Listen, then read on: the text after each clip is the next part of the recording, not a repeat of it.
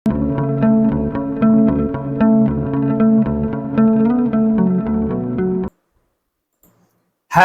Dear students, welcome to Kataria pharmacy. So students, कैसे हैं आप सब? आई होप सभी ठीक होंगे।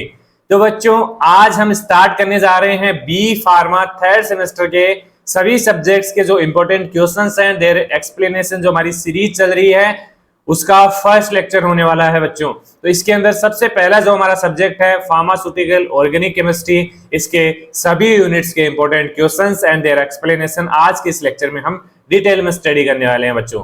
तो अगर आप चैनल पे न्यू हैं तो चैनल को सब्सक्राइब जरूर कर ले और बेल आइकन को प्रेस कर दे, जिससे हमारी आने वाली न्यू वीडियो का नोटिफिकेशन आपको सबसे पहले मिल सके। तो मैं आप सभी को बता दूं इस सीरीज का मोटिव हमारा क्या है, क्योंकि सभी सेमेस्टर के लिए ये सीरीज चल रही है। हमारी फर्स्ट सेकंड हमारा कंप्लीट हो चुका है, हमारा थर्ड सेमेस्टर आज स्टार्ट होने जा रहा है।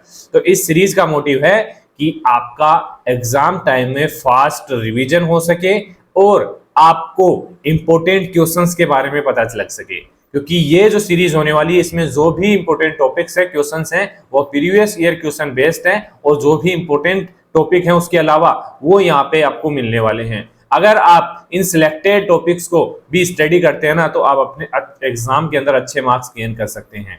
बाकी अगर आपने पहले स्टडी की है तो आपको रिवीजन में काफी मदद करने वाला है। मतलब एक 25 से 30 मिनट का लेक्चर होने वाला है, जिसमें आपका एक सब्जेक्ट रिवाइज हो जाएगा, आपका कंप्लीटली रिवाइज हो जाएगा, और वो भी इंपॉर्टेंट क्वेश्चंस। तो चलिए, यही है इसके अंदर। अगर सब्सक्राइब नहीं किया हमारे चैनल को तो सब्सक्राइब कर लीजिए और अपने दोस्तों को भी शेयर कर दीजिए। ये सीरीज हमारी सभी सेमेस्टर के लिए होने वाली है। चलिए स्टार्ट करते हैं, यूनिट वाइज हम इसको देखते हैं। सबसे पहले बात करते हैं यूनिट फर्स्ट के इंपॉर्टेंट शॉर्ट क्वेश्चंस के बारे में। तो क्या शॉर्ट क्वेश्चंस बन सकते हैं यूनिट फर्स्ट से? तो बेसिकली यूनिट फर्स्ट से सबसे पहला जो क्वेश्चन बनता है ना, वो है structure and uses of DDT, dichlorodiphenyltrichloroethane, ये इसकी फुल फॉर्म है। तो बेसिकली इसकी स्ट्रक्चर और यूज ये काफी ईयर्स के पेपर्स में पूछा गया है बच्चों, बहुत ही ज्यादा इंपॉर्टेंट है, इसको बार बार रिपीट होता है ये। तो इसमें इसको आपकी मतलब आपको इसकी स्ट्रक्चर याद करनी है। पहले तो स्ट्रक्चर हमने यहाँ पे नहीं रखी है, स्ट्रक्चर आपको याद करनी है, और उसके साथ साथ इसके यूजेस हमने आपको बता दिए। यहाँ पे एक इंसेक्टिसाइड्स होता है, बेसिकली जो डीडीटी होता है, जो इंसेक्टिसाइड होता है, कंट्रोल करता है mosquito bronze disease like malaria and agriculture pest. Agriculture में बेसिकली सबसे ज्यादा यूज किया जाता है डीडीटी का पेस्ट के रूप में। तो ये कुछ यूजेज हैं, इजीली याद रह जाएंगे। इंसेक्टिसाइड्स है जो मलेरिया बोर्न डिजीज है, मलेरिया के अंदर इसका यूज होता है, और जो एग्रीकल्चर पेस्ट है उसके रूप में इसका यूज होता है। सेकंड क्वेश्चन बनता है रेजोनेंस इन बेंजीन। रेजोनेंस जब जरूरी नहीं है कि बेंजीन के अंदर ही, रेजोनेंस की डेफिनेशन भी आपको पूछी जा सकती है। रेजोनेंस होता क्या है? तो बेसिकली रेजोनेंस यही है कि इसके अंदर जो बेंजीन्स होते हैं ना, बेसिकली इसके अंदर पाई इलेक्ट्रॉन्स होते हैं ड्यू टू डीलोकलाइजेशन, मतलब उनके अंदर डीलोकलाइजेशन हो जाता है पाई इलेक्ट्रॉन्स के अंदर। तो जिसकी वजह से क्या होता है, जो एक्चुअल स्ट्रक्चर है ना, is hybrid of two Kekule structure. मतलब जो टू केकुले स्ट्रक्चर मिलके क्या बनाती है, एक डीएनए स्ट्रक्चर बनाती है बेसिकली। तो बेंजीन की रिंग होती है, इसके अंदर 6 कार्बन होते हैं, 6 हाइड्रोजन होते हैं। सो रेजोनेंस ड्यू टू, रेजोनेंस क्यों शो करता है? ड्यू टू पाई इलेक्ट्रॉन के कारण बेसिकली रेजोनेंस होगा बेंजीन के अंदर। The actual structure is hybrid of two Kekule structures making benzene highly stable. Basically ये टू केकुले स्ट्रक्चर्स इसके अंदर होती हैं, इसलिए इसको हाईली स्टेबल बनाती है, किसको? बेंजीन को। और रेजोनेंस किसके कारण होता है? पाई इलेक्ट्रॉन्स के कारण, क्योंकि उनके अंदर डीलोकलाइजेशन होता है। तो ये दो क्वेश्चन शॉर्ट क्वेश्चन बन सकते हैं बच्चों यूनिट फर्स्ट से। चलिए आगे हैं, दो ही नहीं है और क्वेश्चन है। हक्कल्स रूल्स के बारे में पूछा जा सकता है। 5 मार्क्स में बहुत कम पूछा जाता है हक्कल्स रूल्स के बारे में, बाकी 2 मार्क्स में आपको पूछा जा सकता है कि हक्कल्स रूल्स एक्चुअली होता क्या है। तो हक्कल्स में भी यही समझाया था, साइंटिस्ट थे, इन्होंने यही समझाया था कि अगर एक फॉर्मूला दिया था इन्होंने, अगर कोई कंपाउंड जिसके अंदर 4n+2 पाई इलेक्ट्रॉन प्रेजेंट है ना, तो वो एरोमेटिक कंपाउंड होगा। 4n+2 मतलब 6 पाई इलेक्ट्रॉन अगर प्रेजेंट है ना, तो वो पाई मतलब एरोमेटिक कंपाउंड होगा। तो यही है Huckel rule state that the compound is aromatic if has 4n+2 pi electron where n is whole number N is whole number हो गया। और जैसे एग्जांपल देखिए यहाँ पे समझ में आएगा आपको, जैसे बेंजीन है C6H6 है तो यहाँ पे 6 पाई इलेक्ट्रॉन है, N1 होगा तो N1 हो गया +2 मतलब 6 हो गए यहाँ पे। So it follow Huckel rule and it's aromatic, ये एरोमेटिक होगा क्योंकि इसके अंदर 6 पाई इलेक्ट्रॉन्स हैं बेसिकली, इसीलिए एरोमेटिक है ये। Structure and uses of saccharin, saccharin एक आर्टिफिशियल स्वीटनर्स है बेसिकली। इसके कहाँ यूज करेंगे, अब स्वीटनर है तो डायबिटिक पेशेंट इजीली इसको यूज कर सकते हैं, फ्रेंडली फूड और सॉफ्ट ड्रिंक्स के अंदर बेसिकली इसका यूज किया जाता है। बाकी स्ट्रक्चर आपको इसकी याद कर लेनी है। तो ऐसे जो क्वेश्चंस है ना इस सब्जेक्ट के अंदर बहुत बनने वाले हैं बच्चों, स्ट्रक्चर एंड यूजेस के, जैसे फिनेंथ्रीन है, नेप्थलीन है, एंथ्रासीन है, इन सभी की स्ट्रक्चर आपको याद होनी चाहिए। अभी तो ऑर्गेनिक केमिस्ट्री है, जब मेडिसिनल केमिस्ट्री आएगी ना बच्चों तो हैबिट बना लो आप स्ट्रक्चर याद करने की, क्योंकि मेडिसिनल केमिस्ट्री के अंदर आपको काफी ड्रग्स की स्ट्रक्चर आपको याद करनी पड़ेगी। तो अभी से हैबिट बना लो, ये कुछ टॉपिक्स हैं इनकी स्ट्रक्चर आप याद कर लीजिए, आगे भी काम आने वाली है आपको। तो सेक्रीन एक आर्टिफिशियल स्वीटनर है which is use in diabetes friendly foods and soft drinks. चलिए ये शॉर्ट क्वेश्चंस हो गए, अब बात करते हैं हम लॉन्ग क्वेश्चन क्या बन सकते हैं। तो सबसे पहला जो लॉन्ग क्वेश्चन बन सकता है यूनिट फर्स्ट से, mechanism of electrophilic substitution in benzene. जो इलेक्ट्रोफिलिक सब्स्टिट्यूशन रिएक्शन होती है ना उसकी क्या मैकेनिज्म होती है बेसिकली बेंजीन के अंदर, कौन कौन सी रिएक्शंस उसके अंदर होती है, वो आपको डिटेल में स्टडी करनी है 10 मार्क्स के लिए बच्चा। काफी ईयर्स के पेपर में ये रिपीट हुआ है क्वेश्चन, वही क्वेश्चन हमने यहाँ पे रखा है। तो बेसिकली डिफरेंट डिफरेंट रिएक्शंस होती हैं जो इलेक्ट्रोफिलिक सब्स्टिट्यूशन होती है, जैसे सल्फोनेशन है, हैलोजिनेशन है, फ्रेंडल क्राफ्ट रिएक्शंस है। देखिए इलेक्ट्रोफिलिक सब्स्टिट्यूशन रिएक्शन के अंदर क्या होता है, जो बेंजीन रिंग होती है ना वो किसी अनोदर इलेक्ट्रोफिलिक सब्स्टिट्यूट के साथ रिएक्शन करके मतलब बेंजीन के ऊपर सब्स्टिट्यूट ऐड हो जाता है। तो ऐसी रिएक्शन को क्या बोलते हैं, इलेक्ट्रोफाइल सब्स्टिट्यूशन रिएक्शन। तो सल्फोनेशन के अंदर क्या होता है, benzene react with SO3 in presence of H2SO4, तो क्या बनाएगा, बेंजीन सल्फोनिक एसिड। ऐसे ही हेलोजिन में क्या होगा, हेलोजिनेशन में हेलोजन कंपाउंड के साथ रिएक्शन होगी बेंजीन की, बेंजीन रिएक्ट विथ Cl2 या फिर Br2 in presence of FeCl3 या FeBr2 फॉर्म क्लोरोबेंजीन या ब्रोमोबेंजीन। तो ये भी सेम ही रिएक्शन, यहाँ पे भी इलेक्ट्रोफिलिक सब्स्टिट्यूशन ही हो रहा है। आगे देखिए फ्रेंडल क्राफ्ट रिएक्शन। देखिए बच्चा इसको फ्रेंडल क्राफ्ट को 2 मार्क्स में भी पूछ लेता है एग्जामिनर, तो उस हिसाब से आपको इसको याद करनी है। तो इसके अंदर एल्काइलेशन होता है और एसाइलेशन होता है। एल्काइलेशन में क्या होता है, रिएक्शन होती है एल्किल हैलाइड के साथ इन प्रेजेंस ऑफ AlCl3 और benzene react with acyl chloride, मतलब एल्काइलेशन में एल्किल हैलाइड और एसाइलेशन में एसिल क्लोराइड के साथ यहाँ पे रिएक्शन होती है, होता है फ्रेंडल क्राफ्ट रिएक्शन के अंदर। चलिए सेकंड जो क्वेश्चन बन सकता है वो है इफेक्ट ऑफ सब्स्टिट्यूएंट और reactivity of mono substituted benzene. जो मोनो सब्स्टिट्यूटेड बेंजीन होते हैं ना उनकी रिएक्टिविटी पे जो इफेक्ट सब्स्टिट्यूएंट्स होते हैं वो कैसे अफेक्ट करते हैं रिएक्टिविटी को। तो बेसिकली जैसे इलेक्ट्रॉन डोनेटिंग ग्रुप होता है ना, जो ग्रुप होते हैं डोनेटिंग और विड्रॉइंग ग्रुप होते हैं, उन दोनों अलग अलग तरीके से इफेक्ट करते हैं बच्चों। तो इलेक्ट्रॉन विड्रॉइंग ग्रुप जैसे OH है, CH3 है, ये क्या करेंगे, इंक्रीज करेंगे रिएक्टिविटी को, एक्टिवेटिंग ग्रुप है ये बेसिकली, रिएक्टिविटी को इंक्रीज करेंगे। मोनो सब्स्टिट्यूटेड बेंजीन जो रिएक्टिविटी है उसको इंक्रीज करने का काम करेंगे, कौन से, इलेक्ट्रॉन डोनेटिंग ग्रुप। इसके अलावा electron withdrawing group NO2COOH decrease करेंगे एक्टिविटी को, ये डीएक्टिवेटिंग ग्रुप है। तो इतना ही नहीं लिखना आपको, ये 10 मार्क्स में या 5 मार्क्स में क्वेश्चन बन सकता है बच्चों। तो इसको डिटेल में स्टडी करना, कैसे क्या प्रोसेस होती है, कैसे क्या रिएक्शंस होती है, कैसे ये काम करते हैं, सब कुछ डिटेल में आपको देखना है बच्चा। चलिए आगे चलते हैं यूनिट सेकंड पे। तो यूनिट सेकंड से शॉर्ट क्वेश्चन क्या बन सकता है, qualitative test for phenol. Phenol के लिए कौन कौन से क्वालिटेटिव टेस्ट यूज करते हैं, बेसिकली 2 क्वालिटेटिव टेस्ट आपको बताने हैं। 2 मार्क्स के अंदर पूछा है तो 2 काफी इनफ है, वैसे आपको मेंशन कर देगा कि कितने क्वालिटेटिव टेस्ट आपको बताने हैं। तो बेसिकली 1 या 2 ही पूछा जाता है 2 मार्क्स के अंदर। तो फर्स्ट है फेरिक क्लोराइड टेस्ट और ब्रोमीन वाटर टेस्ट, ये कॉमन टेस्ट है फिनोल के लिए।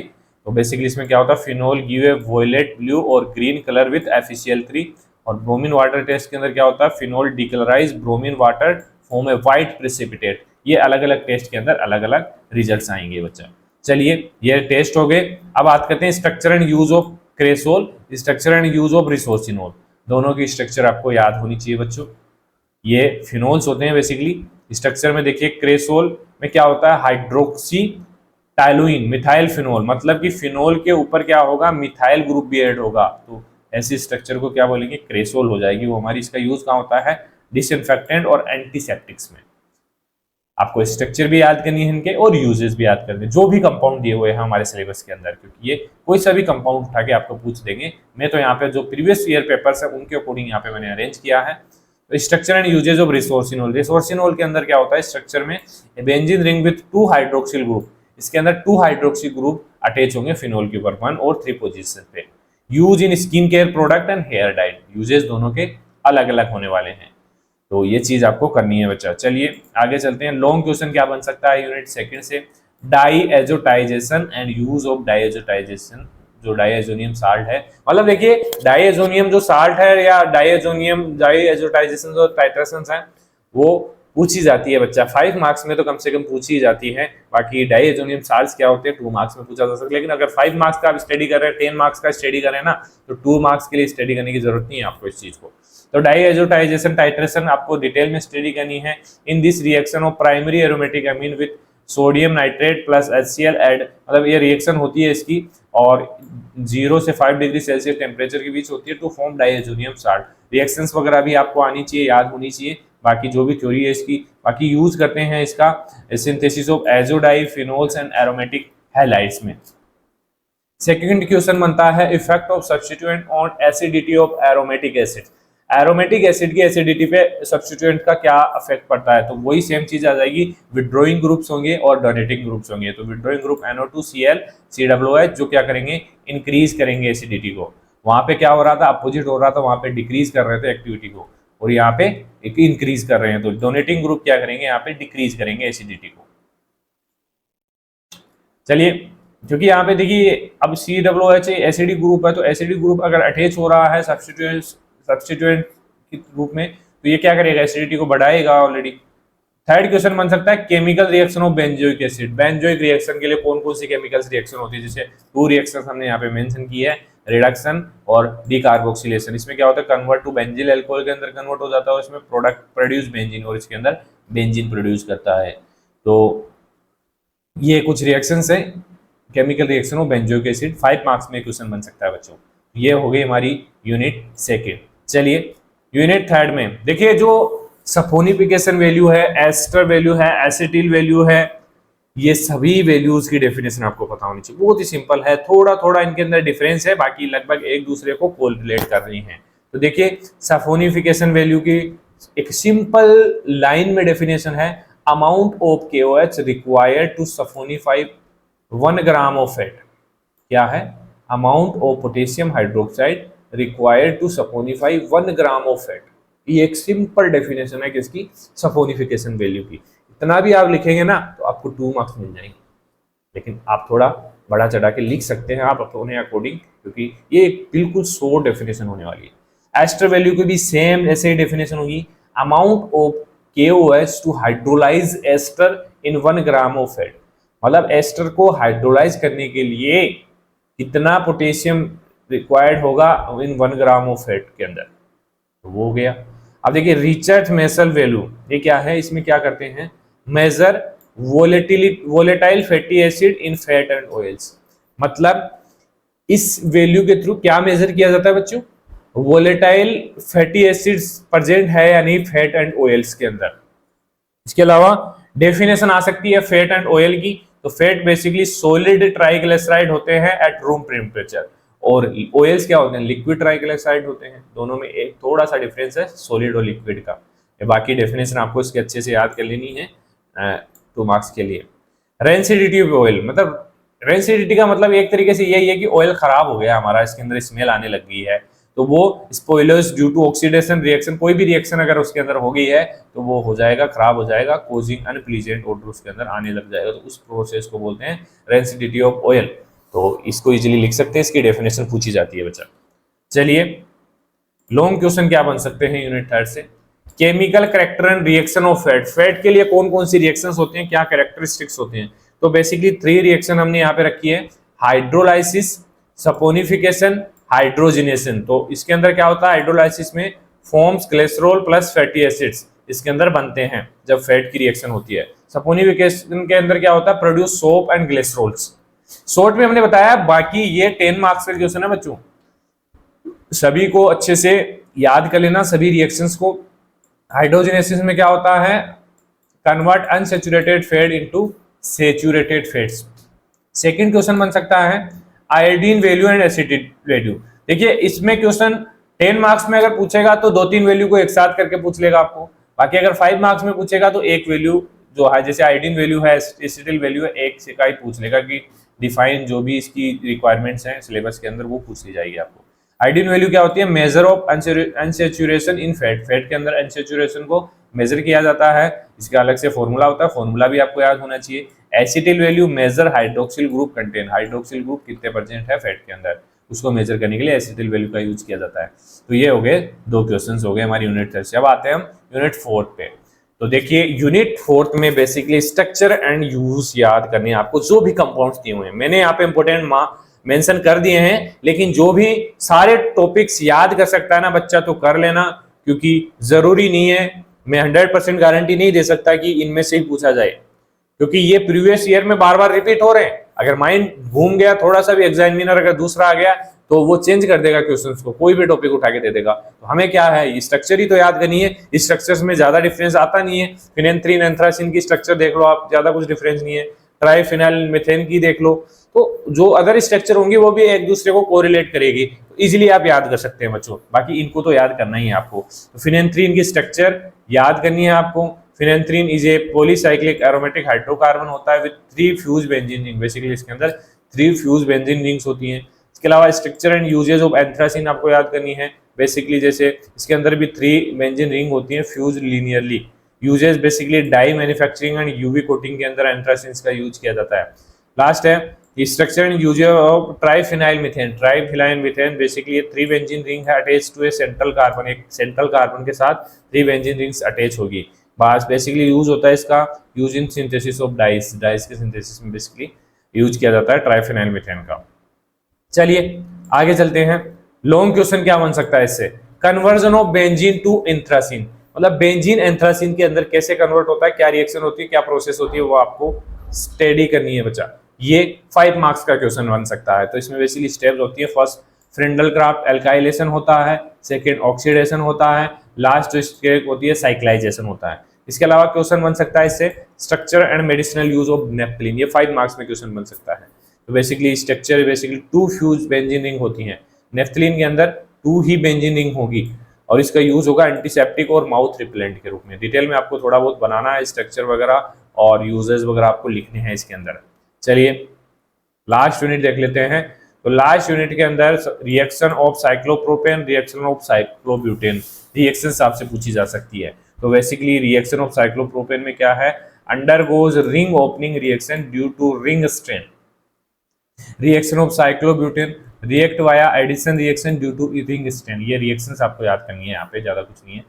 बाकी लॉन्ग क्वेश्चन बन सकता है सचेस मोहर थ्योरी और बेयर स्ट्रेन थ्योरी, दोनों थ्योरीज आपको याद कर लेनी है बच्चा, दोनों 5 मार्क्स 10 मार्क्स में आपसे पूछी जा सकती हैं। तो सचेस मोहर थ्योरी के अंदर क्या होता है, predict the larger cycloalkane adopt non planar structure to relieve angle strain. बाकी बेयर स्ट्रेन थ्योरी के अंदर क्या होता है, state that small ring less than 5 carbon have angle strain. बाकी जो मोर कार्बन होते हैं वो एंगल स्ट्रेन के अंदर नहीं होते। लिमिटेशंस क्या है इसके, does not explain stability of medium size ring, जैसे साइक्लोहेक्सेन है उनके स्टेबिलिटी को ये एक्सप्लेन नहीं कर पाता, ये इसके लिमिटेशन है। बाकी और भी लिमिटेशंस होंगे जो आपको जब स्टडी करेंगे तो पता लग जाएंगे। तो ये है हमारे यूनिट 5 में इंपॉर्टेंस। तो आई होप ये सभी क्वेश्चंस आपके लिए हेल्पफुल होंगे, आपके एग्जाम के लिए हेल्पफुल होंगे, ये सीरीज आपके लिए हेल्पफुल होगी। सभी सब्जेक्ट के लेक्चर्स आपको देखने को मिलने वाले हैं सीरीज के अंदर। अगर आपको और भी लेक्चर्स देखने हैं तो इसके अंदर प्लेलिस्ट मिल जाएगी आपको वीडियो के डिस्क्रिप्शन में। बाकी टेलीग्राम ग्रुप का लिंक भी है, उसको ज्वाइन कर लीजिए। तो बच्चों आज की सीरीज को यहीं खत्म करते हैं। अब नेक्स्ट लेक्चर लेके आएंगे, उसमें नेक्स्ट सब्जेक्ट हमारा होने वाला है। तो वीडियो अच्छी लगी तो वीडियो को लाइक जरूर कर दें और चैनल को सब्सक्राइब कर ले। बने रहिए हमारे साथ, मिलते हैं नेक्स्ट वीडियो में। धन्यवाद।